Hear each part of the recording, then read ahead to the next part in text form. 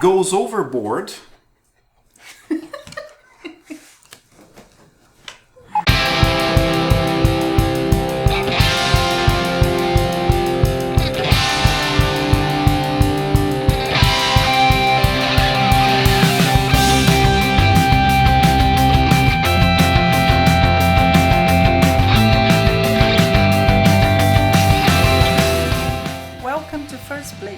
Where we test if a game can be played only with what comes out of the box. Arr! Okay, this is uncomfortable. Yeah. Not a good idea. Okay, the game today is Ghost Pirates. It's designed by Tim Rodriguez and was released by Brooklyn Indie Games. I think this game was kickstarted. And it's a pretty little box. It's a very portable game. I say it's a card game, but you contest me, right? It's a card/board game because you make a board with the cards. Okay. So and you can play. You need this board to play. So I'll let you be the judge of that. Well, it's called Ghost Pirates. It's obviously a pirate-themed game. It has here ship-to-ship tactical action for two scurvy players. I would say it's our kind of game, right? Because it's a chaotic game where the balance of the game switches all the time. One moment you think victory is within your grasp, and the next second you practically lose everything you had on the board. On the next round, you have everything again. So the game is crazy like that. Yeah. Would you care to explain to us how this game is played, Luciana? You have a captain, and you can choose, or you can shuffle them and pick them randomly. Yeah, pick them randomly, and each captain gives you a power. 3 of them give very awesome powers, and one of them not so much. Yeah.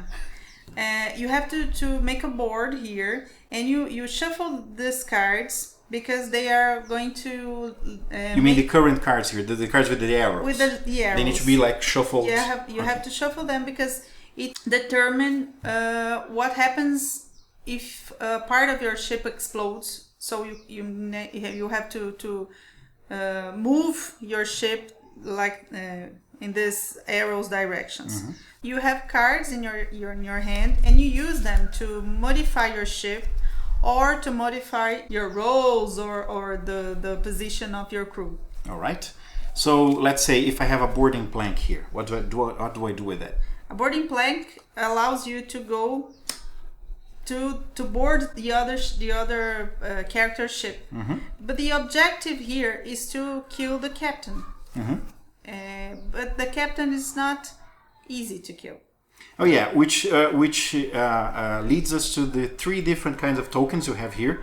You have the normal, regular pirates. I have the red ones, and you have the blue ones.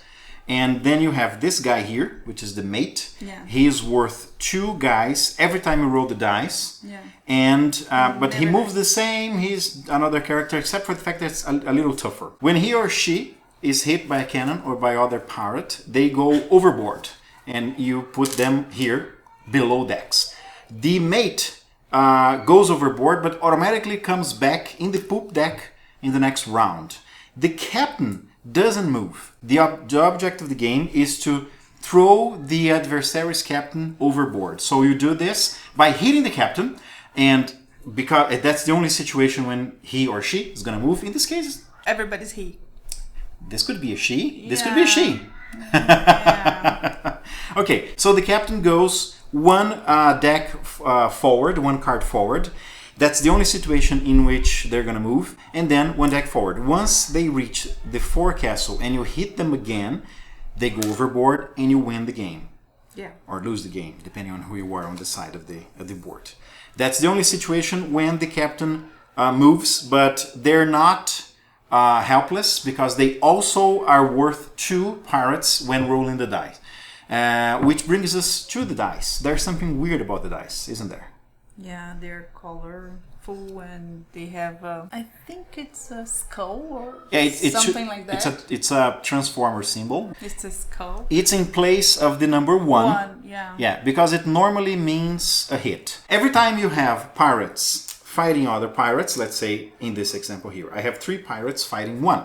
So I'm gonna roll 3 dice. Every time I have a double, it's a hit, but also every time I have a skull, it's a hit too.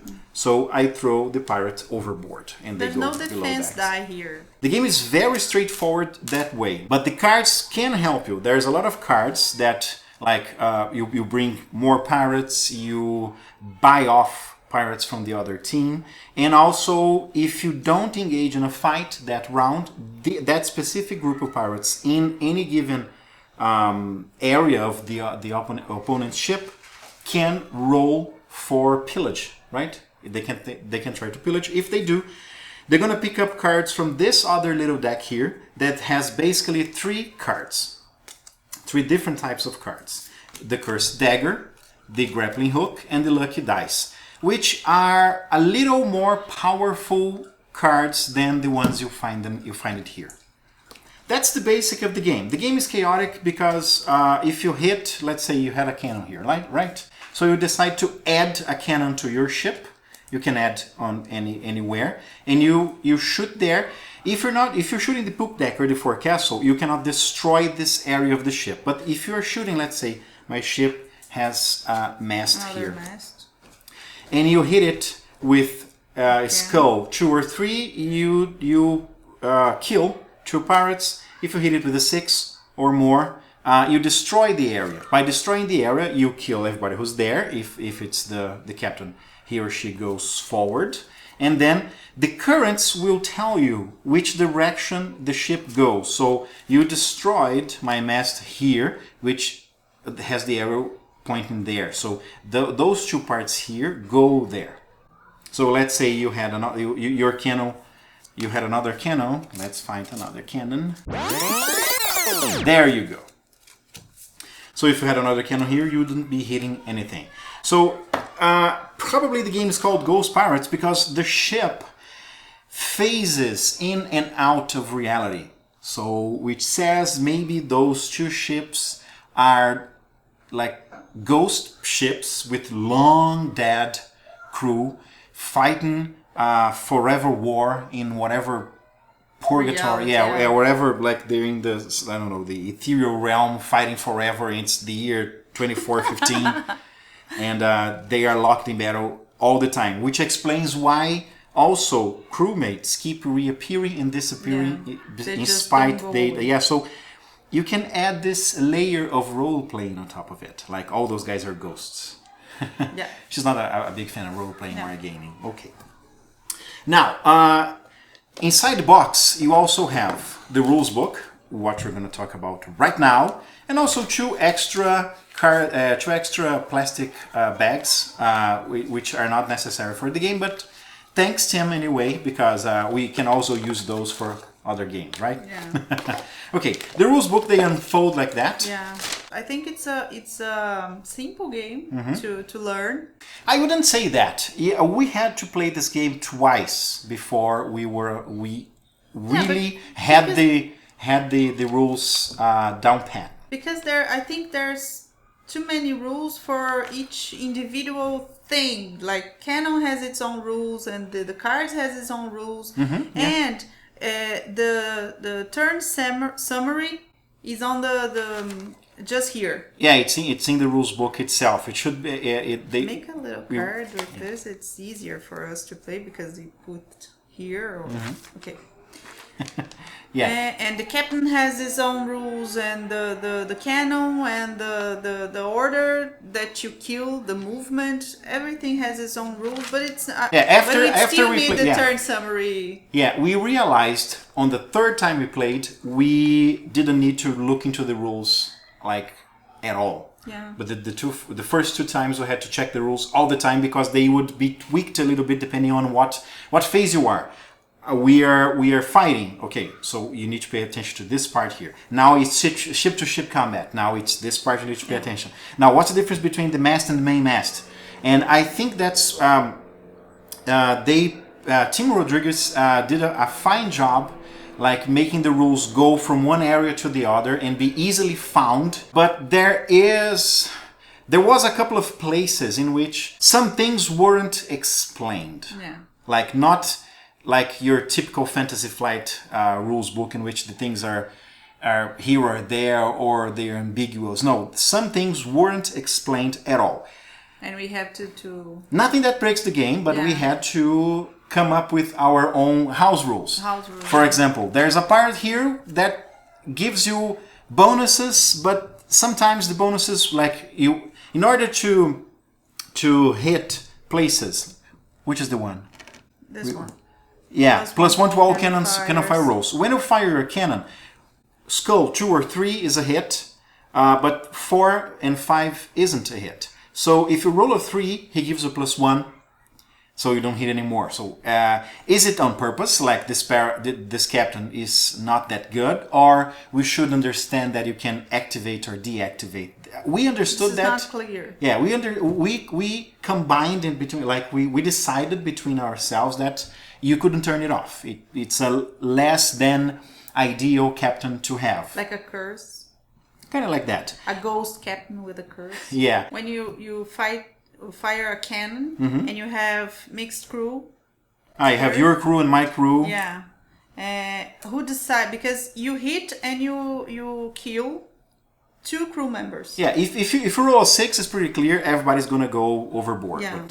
But if you roll 1, 2, or 3, you kill 2 crew members. So which one? So My crew members, his crew members. Who decides? Also, if the captain is here and I happen to decide who gets hit, do I get to decide that the captain is hit or the captain is always the last one to hit? So we decided that, yeah, the captain is the hardest to hit, so unless there is nobody else here, The captain he's not was going to get hit. Yeah. We decided the active player decides who is going to hit, because I'm going to always hit his crew member, not mine. Except for the captain. Except for the captain. So it's we kind of created an extra layer of confusing rules in our already chaotic game, but I think a history in which the crew member just jumps in front of the captain and try to protect him. Yeah, there's a reason those guys are the captains, because they survived longer, not being stupid and staying in front of a cannon bullet, right?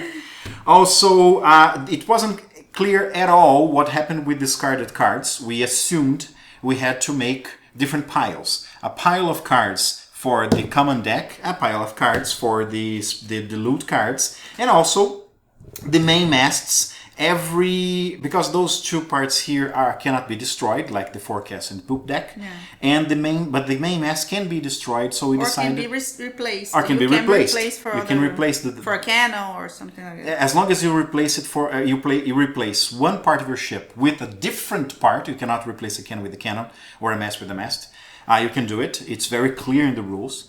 But like the main mast, it goes in a common discard pile. It goes in a different discard pile. So you lose it forever. It isn't that it is unclear in the rules. There's nothing about it in the rules, and so if you go on Board Game Geek and now you are the game is kind of not passing the first play test, because the idea is, can we play this game with only what comes out of the box without checking the internet or FAQs or erratas or clear. Yeah, exactly. But reading what Tim Rodriguez, the designer of the game, and he said that there is a discard pile and it's a common pile. Like those cards here, those cards there, and the main mast goes in the same discard pile. If the deck runs out of cards, you just reshuffle all the cards together. We don't agree. The treasure? I think it creates, because you put treasure here. Yeah, these cards here. I disagree. I don't think they should go there. Yeah, because they're treasure. No. But my question to you, Luciana, because you are going to give the verdict here. Do you think, knowing that, and also he says that the powers of the captains don't deactivate; they are permanent, which means that Captain Deadeye Saxon is a subpar captain. Yes, he's a cursed captain. we were right there. We were wrong here in creating two different discard piles. What do you think? Do you think that knowing this breaks the game? Like it's like you cannot play the game by knowing that, because if we go by the letter of what we are doing here, you have to know this. That is in Board Game Geek. You have to know this in order to play like the perfect game. I'm doing air quotes here. So it doesn't pass. But if you say, no, knowing that doesn't make a difference because you will have to come up with your own rules anyway. We didn't have to reshuffle the deck, do you? Only once. Yeah, once. Because... On our first play, we had to reshuffle the deck because it took a long time. For me to kill your captain. Yeah, she won the first time. But the first time, we didn't realize we needed to concentrate on the captain. Yeah. From the second match on, we're learning the game. From the second match on, we realized we needed to maximize our captain hitting tactics, right? Yeah. So the game went way quicker. You can play the game without need to reshuffle the deck. So I don't think it spoils the game or the game experience.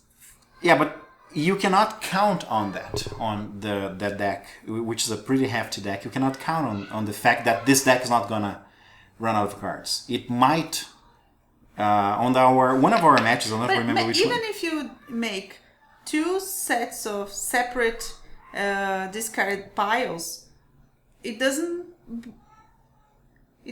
spoil the game. Okay. You can play. You think that knowing that doesn't make a difference, so you can play the game right out of the box without knowing those tiny little details, like I think it's two details, like two things that weren't clear in the rules. You think the game passes? Yeah. Okay. I don't. So yeah, because I think it changes the nature of the game knowing that you cannot, because it's not in the rules book, you cannot deactivate the powers of the captains. Here is a problem. Yeah. And I also think because mixing because mixing, we have to do lots of house rules to play. Yeah. No, but anyhow, it's very common for us to come up with our own rules clarifications if we don't like what the rules. We did it with. But if we don't Arkham like Horror, if we don't know what happened. Okay. Because here what happens is we don't know the rules for that kind of situation, so we make our rules. Yes, we made our own and we were able to play the game, so that's why you're saying it passes. Yeah. I'm saying the game changes knowing what the designer really meant, because there's not a place here, a paragraph here saying what to do with the discarded cards, and the fact that the captain's powers cannot be deactivated. I think it changes the game. It makes up for a different game. Yeah. So I think it doesn't pass.